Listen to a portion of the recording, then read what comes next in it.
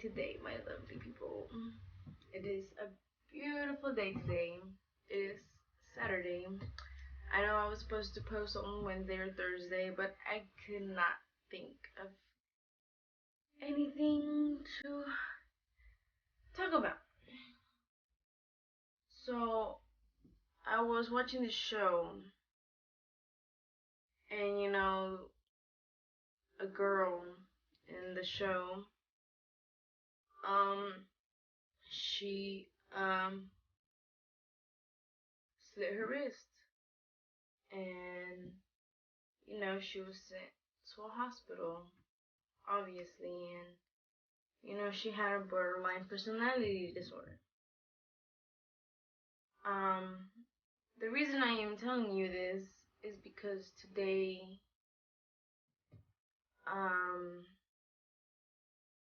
I want to talk about my story.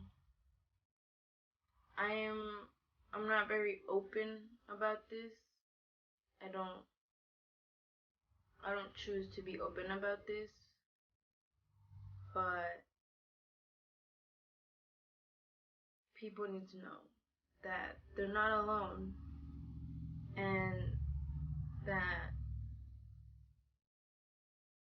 people go through this. It took me a while to decide to make this video because of how personal and close I am. But this is not for me. This is for everyone out there, struggling. So this is my story.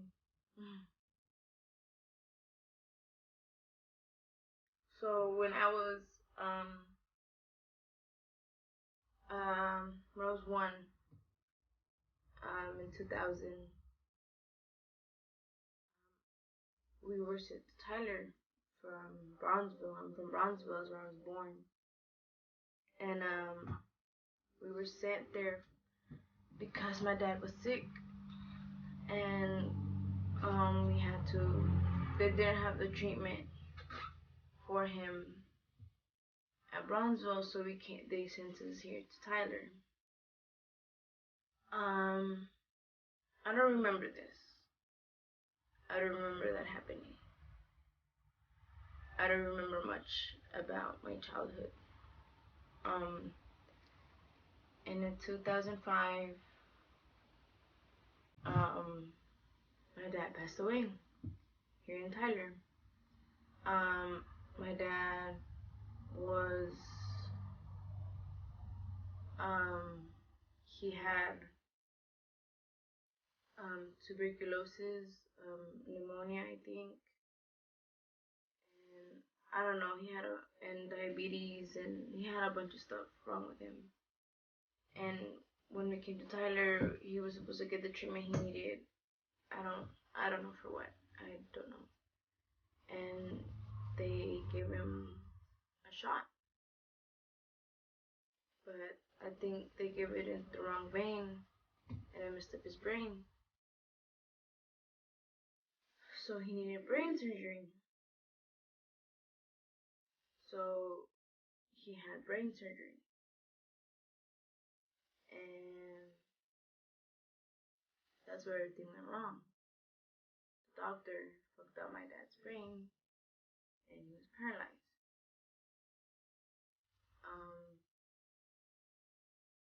And he was in a coma since I was born.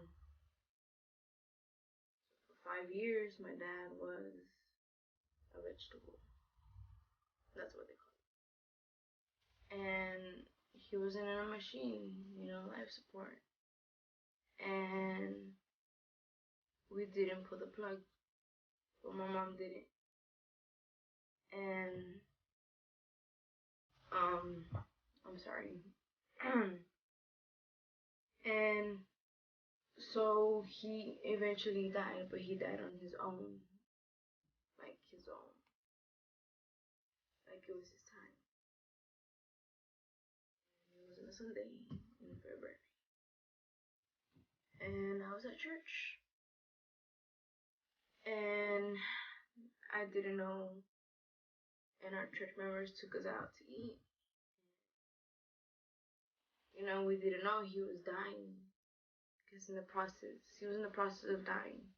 And we didn't know, but I had a feeling. And when we went to the hospital, he was already gone. And there was a lot of people there. Everyone from church was there. I didn't know what was going on. And then it did. And his funeral came, and I was a kid, so I thought he was asleep. I don't know when he was gonna wake up. And then they told me he died.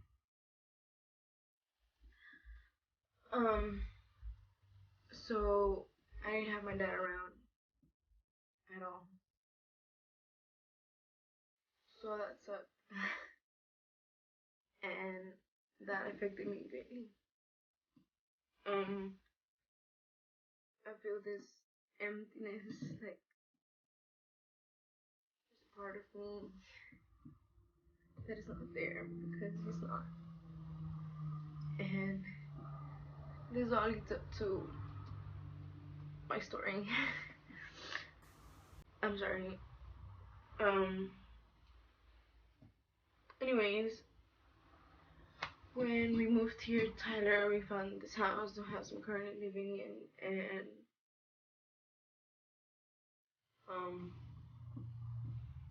we moved schools. I went to Burwell. We used to live in apartments. I went to Burwell, and then I moved to T. Austin because this is where the district went or whatever. So I moved or whatever, and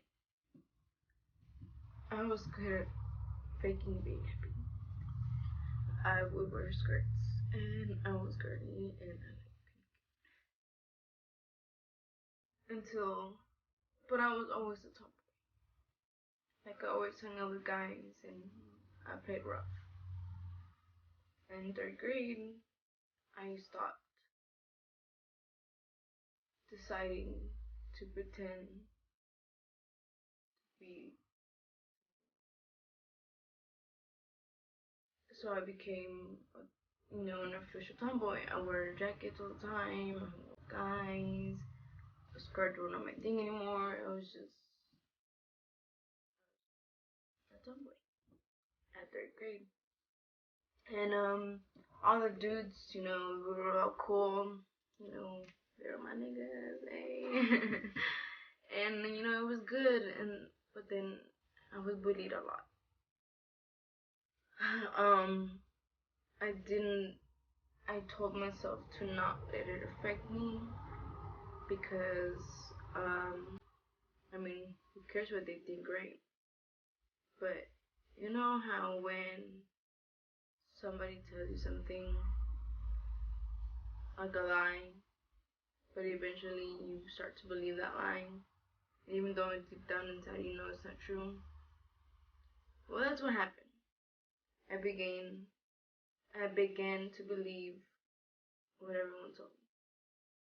And so people thought I cut myself in third grade. And kids would come up to me and they'd be like, "Can I see your wrist or your arms?" And I was like, sure. And I had cats. Well, I have cats. I love cats. But cats play rough sometimes, so they leave marks. But they're like nothing. You can tell that it's a cat, right? You can tell the difference between a cat cut and a cut. And so I would have cat scratches on my arms, and people would just look, and then they would walk off and talk about me. And at the time, I did not self-harm. Well, at that time. And then, eventually, still in third grade, I did begin to have self-harm. But the way I did it was different. I did not believe I was pretty. I people told me a bunch of things, and I believed them. So what I did is I would grab this thing, I don't know what it's called, and I would make marks on my face, and it wouldn't cut my face. So I would just keep going over it, and over and over and over and over and over, and never leave a mark on my face. I obviously do not have the scars anymore, but yeah, that's how that started. I was depressed, and the absence of my dad didn't really help. So it just kind of made it worse, you know. So I was depressed for I was depressed, and you know, I continued to harm myself in different ways, and I'll make up stories and people would believe me, so it was okay because nobody knew. And then, you know, it kept going on, and then in middle school, kept happening, kept getting bullied. I was always different, so I got picked on about it for being different. So I got bullied, and it sucked a lot. And then I didn't care about myself anymore.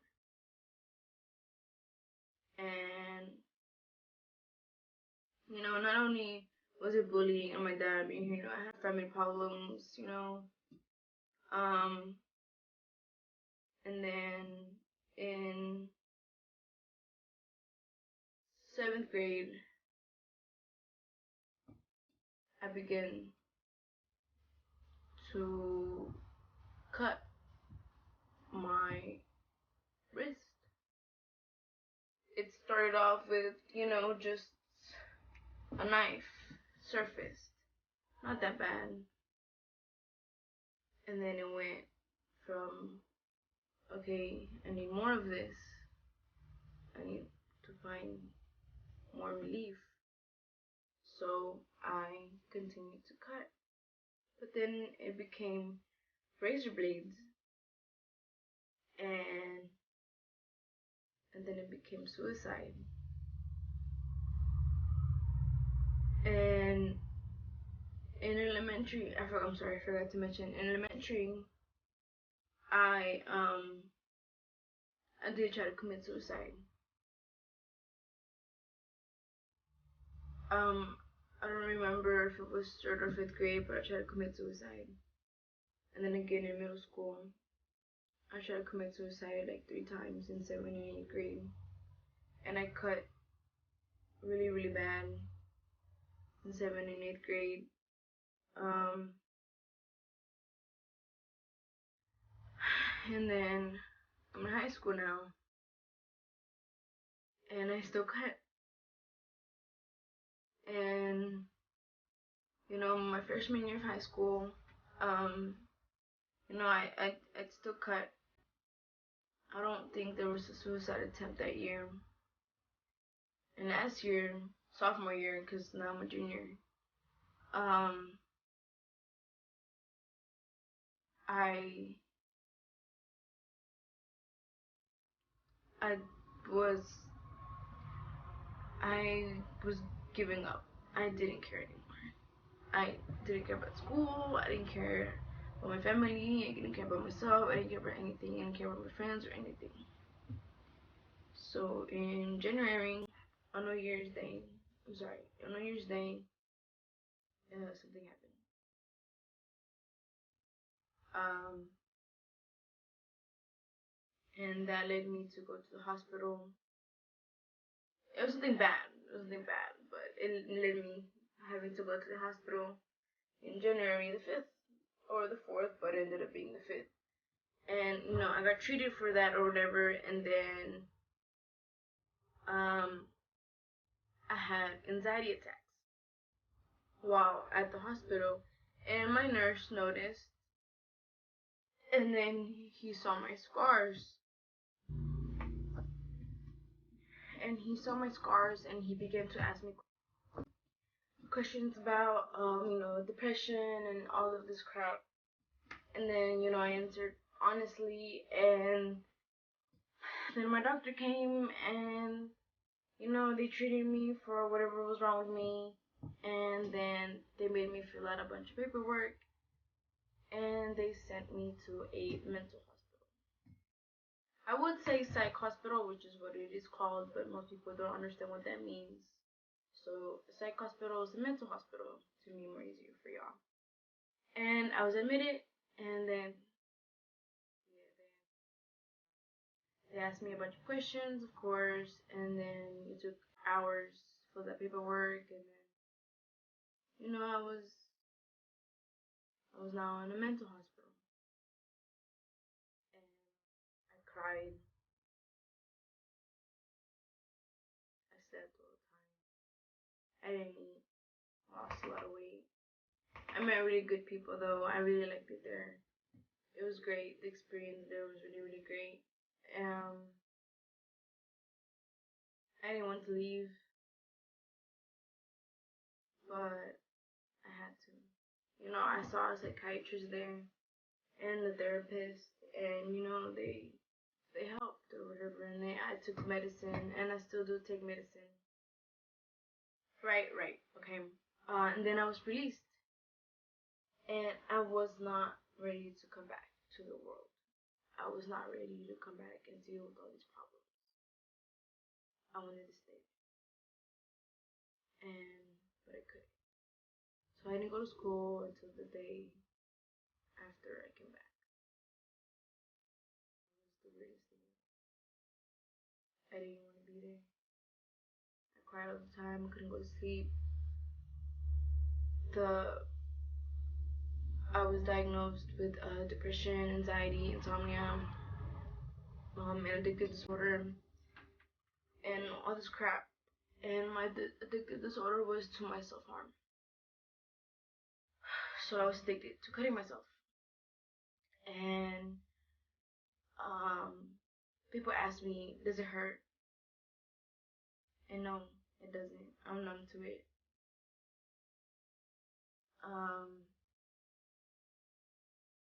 And the medicine I would take, it didn't help. Well, at first it didn't. The thoughts, the I wanted to cut myself. I needed to cut myself. That's what I thought and what I felt. My body ached for me to cut myself. So I couldn't sleep. I couldn't eat. I couldn't do anything when I got back because my body craved to be cut, not to eat or to sleep, just to cut. So I would lose sleep, and I couldn't cut because their eyes were always on me, and I couldn't do it. And then every month I see my psychiatrist, and on the 5th of February I saw him, and he increased my medicine, but I don't know what was going through my head, and I couldn't wait till the next day to get my medicine. So I tried to commit suicide, and I was almost successful. The only thing that happened, that the only reason why I'm still here, because my mom walked in on me, and she went crazy. She threatened me to send me back to the hospital, everything, and I didn't let her. I didn't want to get stitches or anything. I just wanted to die. And then my brother came home from work and was crazy, and I was crying, and I was bleeding for hours, and then put alcohol and I didn't feel the thing. And I love that I didn't feel a thing. I didn't want to feel anything anymore. I don't want to feel anything. I'd rather feel nothing than everything. And so yeah, that happened. And they still keep their eyes on me. I still cut, but I'm trying. I'm trying to get better. My cuts have gone less deeper. They're more surface now, and most of you know I have a tattoo on my wrist. the reason for the tattoo was for me to stop cutting myself. It means, you will be trapped. You will go through hell and you will be trapped. But you will get out. You will get out and you will be free and you'll be able to fly and you'll be happy. And that's the reason why I got this tattoo. And I stopped seeing it that way. I just started seeing it as a tattoo. So I started cutting myself again, and my tattoo covers up my scars. Like I don't have any scars on this one. Well, I do, but you can't see them. So yeah, but on this one, yeah, you see those are some of the cuts I have, and then I don't know if you can see. Um, most of my scars, they're all covered up in the tattoo, but some of them are still there, like you can see them. And my suicide attempt scars right here, like all of this right here. You can't see it because I got prepared to cover it up. But yeah, and then I still have scars right here and right here. And I also have some in my thigh. Let me show you. I have a scar right there and right here. Those are my scars. And I did used to cut my ankles, but because I have pig skin, it didn't scar up or anything, but it did release pain, But yeah, that's just, I guess, a quick summary of my story. I'm still going through psychiatrists and therapists, and I'm a lot to handle, and I'm still in an emotional wreck. I'm mentally unstable, and I still don't care. But I'm trying, and you're not alone. Every time I want to cut myself or anything, I ask for help. Well, I try to, and it's hard. It's really, really hard. But you are not alone. I am here. I am here for you. You do not have to give up. There is hope. I've gotten a lot better since January. So I've gotten better. I'm not cured, but I've gotten better. And it's a mental disorder, yeah. It's a mental disorder. But you do not have to go through this alone. It's not only just me, there's thousands of other people out there going through the same exact thing we are. And I know my story wasn't really clear about how I started all of this, but I'm just not quite ready. I thought it was, but I'm not. But I just want you to know that you are not alone. I am here. You are here. And I'm happy and I am proud that you are still here. Because not all of us made it this far. And if you're older than me and you made it, I am proud of you too. Because I'm just 16 years old and I've been going through this since I was in the 3rd grade. So if y'all need anybody to talk to, I am here. I don't care if I don't know you. I don't care if I hate you or anything. I will never put this on somebody else. I hate this. I don't want to live like this anymore. So I am here. And I wanted y'all to know that. And if y'all ever need anything, I am here. I know I keep saying that I am here, but that is because I am here. I will help you. And if I can, I will try. I will try to give you the help that you need. I can give you advice. I will do everything I can.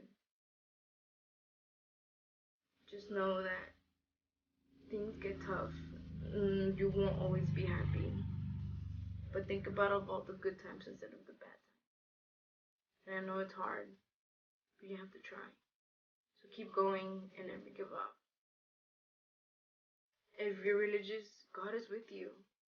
I believe in God, and sometimes you might think God is not listening to you, but He is. And then there's just millions of us. He can't get to us all that fast. Just give it time. Things will get better. And if they don't, it's not the end. Just keep going. you won't regret it. And I just wanted to let you know that. And yeah, I don't know what else to say. Um, I've partly shared my story, and I would like to hear your story also. So you can comment down your story or reply with the video or tweet me or DM me on Instagram, Facebook me, and text me if you have my number. If you don't, then I will not give it to you. I'm sorry, but you can still DM me, kick me, Snapchat me. I will be here, and I will always be here. And don't you guys ever forget it. And if you get weak, just remember, life goes on. And that's just a little bump on the road. And you'll just keep going. And you'll look back and you'll think that bump in the road was nothing. So yeah, that's my story kind of. And I'm here for you guys. I will always be here. And don't forget it. Thank you all for watching. Um Sorry, I know this is probably the most confusing video of your life. I know I suck at making videos, but yeah. Um, I'm just gonna take a topic real quick. I think I look really cute today. Hey.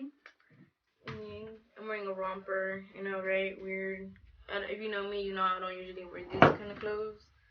I'm gonna show you how we look. Ah!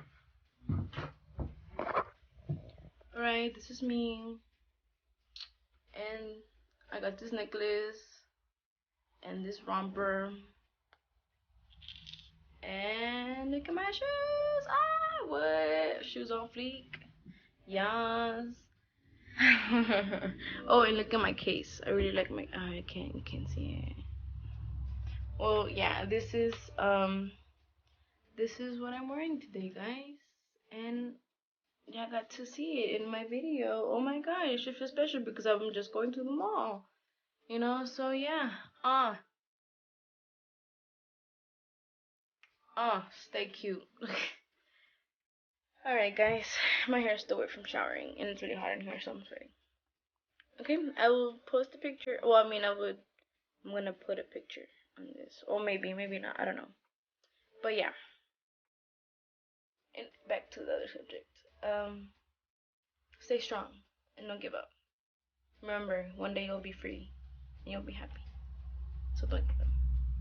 Alright, I love you guys. See you next time. Bye.